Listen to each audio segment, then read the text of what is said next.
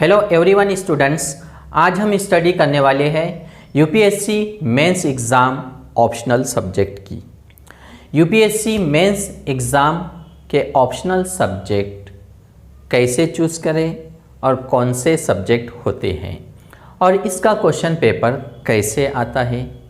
My dear students, don't fear, डरने का नहीं, रिलैक्स होकर स्टडी करो और ऑप्शनल सब्जेक्ट ऐसा चूज़ करो जिसमें आपको अच्छे मार्क्स स्कोर हो और जिसका यूज़ आपको प्रीलिम्स में हो, मेंस और इंटरव्यू में, और जिस सब्जेक्ट पर न्यूज़पेपर में, मैगज़ीन, वेबसाइट और हमारे पार्लियामेंट में चर्चा होती हो।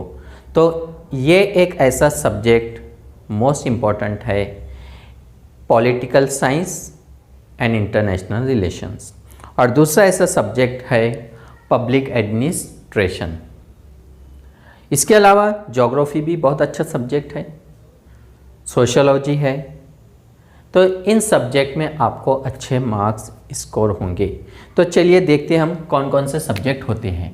तो UPSC union public service commission optional,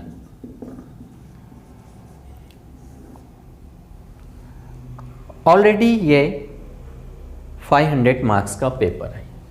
total marks इसमें 500 मार्क्स, लेकिन इसके 2 पार्ट्स हैं। पेपर वन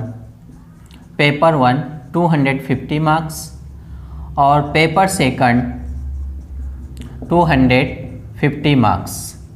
इस तरह टोटल 500 मार्क्स होते हैं। लेकिन अब ये सवाल है सब्जेक्ट कौन से हैं। तो agriculture, chemistry, physics, botany, zoology, chemical engineering है, मैकेनिकल इंजीनियरिंग है, लॉ के सब्जेक्ट्स हैं, मैथमेटिक्स है, सोशियोलॉजी, साइकोलॉजी और सबसे बेस्ट आपका political science and international relations, history, geography, economics, ऐसे ये नियर अबाउट 24 सब्जेक्ट हैं। इसके अलावा लिटरेचर 25। अब लिटरेचर के लिए कौन सी भाषा है, तो 22 भाषा है शेड्यूल 8 में, जिसमें आप Urdu literature, English literature, Hindi literature, Marathi literature, English literature, कोई भी एक भाषा का लिटरेचर ले सकते हैं। उसके 2 पेपर होंगे, पेपर 1 250 मार्क्स और पेपर सेकंड 250 मार्क्स। इस तरह आपको और भाषा चूज़ करना है, आपको कौन सी भाषा का लिटरेचर लेना है और पेपर कैसे आता है। तो एक पेपर जैसे 250 मार्क्स है, तो इसका पेपर आपको जो है सेक्शन ए में 4 क्वेश्चन होंगे और सेक्शन बी इसमें 4 क्वेश्चन, ऐसे टोटल 8 क्वेश्चन है। ओके, देन इसमें आपको मिनिमम 10 मार्क्स का क्वेश्चन है, सेकंड 15 मार्क्स का क्वेश्चन है और थर्ड 20 मार्क्स का क्वेश्चन है। 10 मार्क्स के लिए भी लिखना है आपको, 15 मार्क्स के लिए भी लिखना है और 20 मार्क्स के लिए भी लिखना है। तो माय डियर स्टूडेंट्स, डरने का नहीं, टेंशन नहीं लेने का, टेंशन हम लेंगे, आपको सिर्फ स्टडी करना है। आईएएस ऑफिसर बनो, एस्पायरेंट्स तो हम बहुत सालों से बने हुए हैं, अब समय आ चुका है आईएएस ऑफिसर बनने का। टारगेट 2023। यस, क्योंकि आपने बहुत सारा स्टडी किया है। कुछ स्टूडेंट्स प्रीलिम्स फेल हो गए हैं, कुछ स्टूडेंट्स मेंस फेल हुए हैं, कुछ स्टूडेंट्स इंटरव्यू फेल हुए हैं। तो एक घबराहट, एक डर और एक फोबिया जैसा लगा हुआ है। 15 आवर्स, 15 घंटे, 20 घंटे, 18 घंटे, ऐसा कुछ नहीं है। जितना ज़्यादा समय आपके पास है उतना दो। और सबसे इम्पोर्टेंट है, जो पढ़ा है आपने वो समझ में आया है आपको, तो वो स्टडी है। ये तो बातें हैं 18 आवर्स, 19 आवर्स, 20 आवर्स। ओके, तो इसलिए आज हम देखने वाले हैं क्वेश्चन पेपर कैसे आता है। तो आज मैं आपको ऑप्शनल सब्जेक्ट ज्योग्राफी ओके, इसका पेपर सेकंड देखेंगे हम। 250 मार्क्स 2019 का क्वेश्चन पेपर है, जिसमें आपको हिंदी और इंग्लिश में इंस्ट्रक्शन दी हुई होती है। जैसे प्रश्न संख्या 1 और 5 अनिवार्य है तथा बाकी प्रश्नों में प्रत्येक खंड से कम एक प्रश्न चुनकर 3 प्रश्नों के उत्तर देना है। यहाँ आपको ऑप्शन भी मिलते हैं, ये करो या वो करो। उसी तरह टोटल आपको 8 प्रश्न हैं, सेक्शन ए में 4, सेक्शन बी में 4। तो चलिए देखते हैं हम सबसे पहले प्रश्न क्रमांक 1। सेक्शन ए का है, क्वेश्चन नंबर 1 का ए। आपको दिए गए भारत के रेखा मानचित्र पर निम्नलिखित सभी की स्थिति को अंकित कीजिए। अपनी QCA पुस्तिका में इन स्थानों में से प्रत्येक का भौतिक, वाणिज्य, आर्थिक, परिस्थिति, पर्यावरणीय और सांस्कृतिक महत्व अधिकतम 30 शब्दों में, in 30 words. In English, on the outline map of India provide to you, mark the location of all the following. Write in your QCA booklet the significance of these locations, whether physically, commercial, economic and ecological, environmental, cultural, is not more than 30 words for each entry. आपको answer sheet दी जाएंगी, उसमें आपको answer लिखना है। जैसे लोथल, ये map है, इस तरह आउटलाइन दी जाएंगी। इसमें आपको आइडेंटिफाई करना है कहाँ पर है लोथल, और उसके बारे में 30 शब्दों में इंफॉर्मेशन लिखना है। देन सेकंड, ब्यास नदी, रिवर ब्यास, चिखलदरा, महाराष्ट्र के अमरावती डिस्ट्रिक्ट में एक तहसील है चिखलदरा, और बहुत ही हिल स्टेशन है। Then Narora,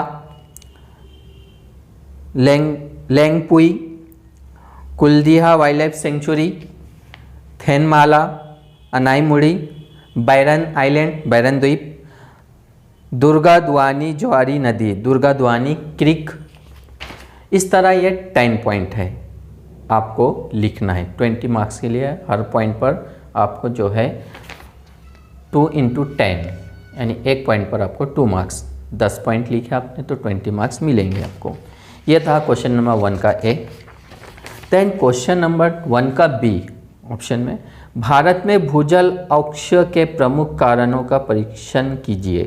examine the major causes of ground water depletion in India. ऐसे प्रश्न आते हैं भूगोल से, मीन्स ज्योग्राफी। क्वेश्चन नंबर 1 का सी, भारतीय मानसून स्वभाव अनियमित क्यों है? व्याख्या कीजिए। Why is the Indian monsoon erratic in nature? Explain. 10 marks के लिए आपको लिखना है। देन क्वेश्चन नंबर 1 का डी, भारत के सूखा संभावित क्षेत्रों में शुष्क कृषि की महत्ता की व्याख्या कीजिए। Explain the significance of dry farming in drop prone area of India. 10 marks. तो ये आपको क्वेश्चन नंबर 1 का A B C D. Okay, then question number 2 का ए 20 मार्क्स के लिए आपको, भारत के कृषि जलवायु क्षेत्रों को कृषि पारिस्थितिक प्रदेशों से सह संबंधी कीजिए। Correlate the agro climatic zone with agro ecological regions of India. 20 marks के लिए है। तो ऐसा प्रश्न है ज्योग्राफी से। देन क्वेश्चन नंबर 2 का बी, भारत के आर्थिक विकास में बहुराष्ट्रीय निगमों की भूमिका का उपयुक्त उदाहरणों सहित समालोचनात्मक विश्लेषण कीजिए। Critically analyse the role of multinational corporations in India's economic development with suitable examples. Understand. Then question number 2 का सी, विवेचना कीजिए कि जल विभाजक प्रबंध भारत में ग्रामीण निर्धनता के उन्मूलन में एक उपकरण कैसे बन गया है।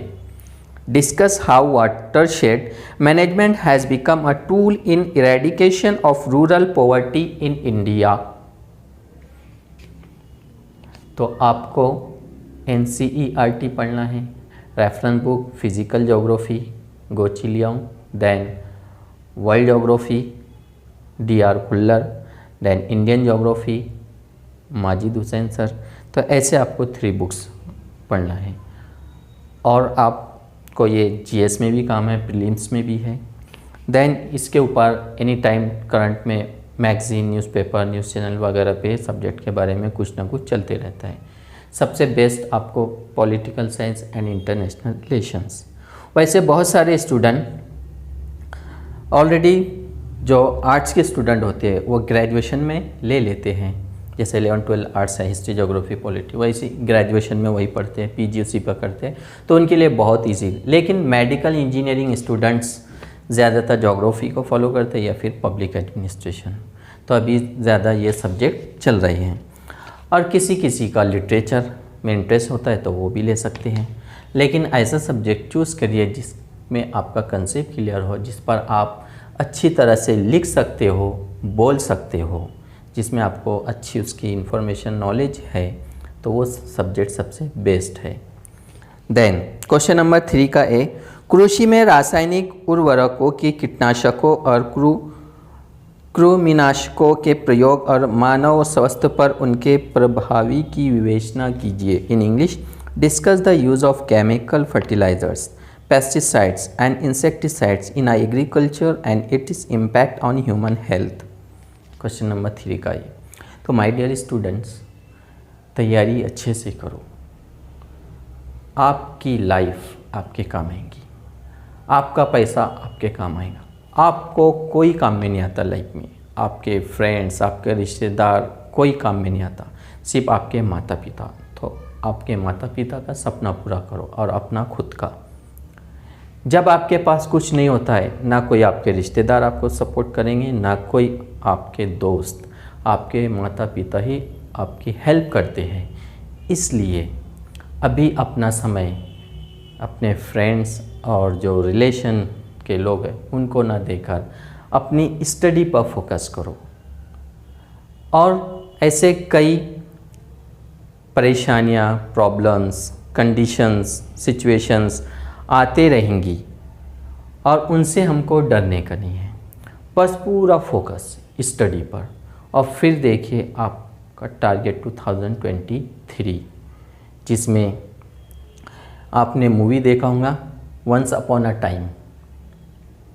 अजय देवगन का एक डायलॉग है कि कश्ती लहरों से टकराएंगी तो ही किनारे नसीब होंगे। कश्ती लहरों से टकराएंगी तो ही किनारे नसीब होंगे। तो आपने अपनी स्टडी शुरू कर दिया है, बीच बीच में आपको प्रॉब्लम्स आएंगी, डिसीज़,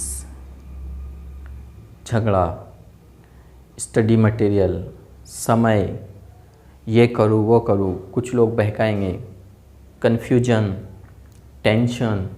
तो ये सब क्या है? लहरें हैं। ये लहरें आएंगी आपके सामने, इन लहरों से आप टकराएंगे, यानी आपकी यूपीएससी की कश्ती टकराएंगी, तभी आपको सक्सेस मिलेंगी। अगर ये चीज़ें ना मिले तो फिर कैसे? या फिर इसमें आप फेल भी हो सकते हैं। कोई प्रीलिम्स में फेल होता है, कोई मेंस में फेल होता है, कोई इंटरव्यू में फेल होता है। कुछ ऐसे रहते हैं डायरेक्ट यूपीएससी फर्स्ट अटेम्प्ट में पास कर लेते हैं, लेकिन उससे पहले उनको जो प्रॉब्लम हुई 12th में, ग्रेजुएशन में या फिर 10th में, तो ये भी उन्होंने लहरों से टकराया, तब उन्हें सक्सेस मिली यूपीएससी में। तो इस तरह हम फिर बढ़ते हैं आगे। क्वेश्चन नंबर 3 का बी, भारत के अविरत अंतरिक्ष कार्यक्रमों और भविष्य में राष्ट्रीय सुरक्षा के हेतु उनके निहित अर्थों का परीक्षण कीजिए। Examine the ongoing space programme of India and their implications for national security in future. 15 marks के लिए है। 10 मार्क्स का भी क्वेश्चन देखा हमने, 20 का भी देखा, ये 15 मार्क्स का क्वेश्चन है। और 15 मार्क्स के लिए है, भारत में आयु संरचना की वर्तमान स्थिति और कार्यशक्ति की उपलब्धता की व्याख्या कीजिए। Question number 4, explain the present status of age structure and availability of works force in India. ये रहा section A. Then section B, इसमें आपको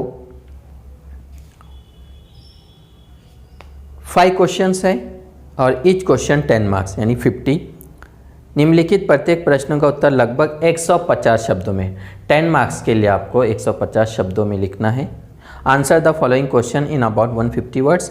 भारत की पश्चिमी वाहिनी नदियों की उल्लेखनीय विशेषताओं को प्रस्तुत कीजिए। Present the salient feature of the west flowing rivers of India. West की ओर बहने वाली रिवर्स, नदियाँ जो बहती है, उसके बारे में आपको एक्सप्लेन लिखना है। देन भारत में वन्यजीव संरक्षण प्रबंधन की समस्याओं की विवेचना कीजिए। 10 मार्क्स के लिए। Discuss the problem of wild life conservation and management in India. Then next question 5 का सी, भारत के बड़े नगरों में भूमि के मूल्यों, नगरों की ऊर्ध्वाधर वृद्धि तथा झुग्गियों की वृद्धि को सहसंबंधित कीजिए। को relate the price of land. शहरों में क्या हो रहा है, ज़मीन के रेट बढ़ रहे हैं। Vertical growth of cities and growth of slum in large cities of India. बड़े बड़े शहरों में झुग्गी झोपड़ियाँ बढ़ती जा रही है, इधर ज़मीन का भाव भी बढ़ते जा रहा है। इसके बारे में आपको लिखना है। भारत में पिछड़े प्रदेशों के विकास में पाद निर्बंध उद्योगों के महत्व का आकलन कीजिए। Assess the importance of food loose industries in the development of backward region in India। 10 marks के लिए है। देन फिर हम देखते हैं नेक्स्ट क्वेश्चन, डायरेक्ट आते हैं 6 का ए, 20 मार्क्स के लिए है। नदियों के अंत बेसिन जुड़ाव आर्थिक, सामाजिक और परिस्थिति रूपों में अधिक साध्य है। भारत से उपयुक्त उदाहरणों सहित विवेचना कीजिए। इंडियन ज्योग्राफी यानी भारत का भूगोल। Intra basins linkage of rivers are more feasible economically, socially and ecologically. Discuss with suitable example from India. 20 marks के लिए लिखना है कि आपको इंडियन ज्योग्राफी बहुत अच्छी तरह से प्रिपरेशन करिए। क्वेश्चन नंबर 6 का सी, 15 मार्क्स के लिए क्वेश्चन है, 15 नंबर के लिए। भारत में पर्वतीय पर्यावरण के संधारणीय विकास हेतु हरित पर्यटन की प्रासंगिकता की व्याख्या कीजिए। एग्रीकल्चर एंड इन्वायरमेंट से रिलेटेड क्वेश्चन है geography. Explain the relevance of green tourism for sustainable development of mountain environment in India. 15 marks. Then next question है 7, give a reason account of high level of pollution in north India cities as compare to south India cities. दक्षिण भारतीय नगरों की तुलना में उत्तर भारतीय नगरों में प्रदूषण के उच्च स्तर का एक सकारण विवरण दीजिए। और लास्ट देखते हम question number 8, India is a emerging as a global power in relation to Indian ocean realm. Elaborate in Hindi. Bharat Hind महासागरीय परिमंडल से संबंधित एक भूमंडलीय शक्ति के रूप में उभर रहा है, विस्तारण कीजिए। 15 मार्क्स के लिए। तो माय डियर स्टूडेंट्स, कुछ क्वेश्चंस जो थे मैंने आपको एक्सप्लेनेशन करके बताए, विश्लेषण करके। ये ऑप्शनल सब्जेक्ट, हम ऑप्शनल सब्जेक्ट पॉलिटिकल का भी देखेंगे, इंटरनेशनल रिलेशन, पब्लिक एडमिनिस्ट्रेशन भी कैसे आते हैं प्रश्न, और फिर हम स्टार्ट करेंगे, स्टार्ट से पूरा प्रीलिम्स मेंस का डिटेल सिलेबस, वो मैं आपको बोर्ड पर लिखवाऊंगा और फिर हमारा सब्जेक्ट वाइज क्लास शुरू होगा। इसलिए न्यू स्टूडेंट्स हो तो इस वीडियो को लाइक करिए और इस चैनल को सब्सक्राइब करिए और अपने दोस्तों और जो रिलेटिव है, फ्रेंड्स हैं, उनको शेयर करिए।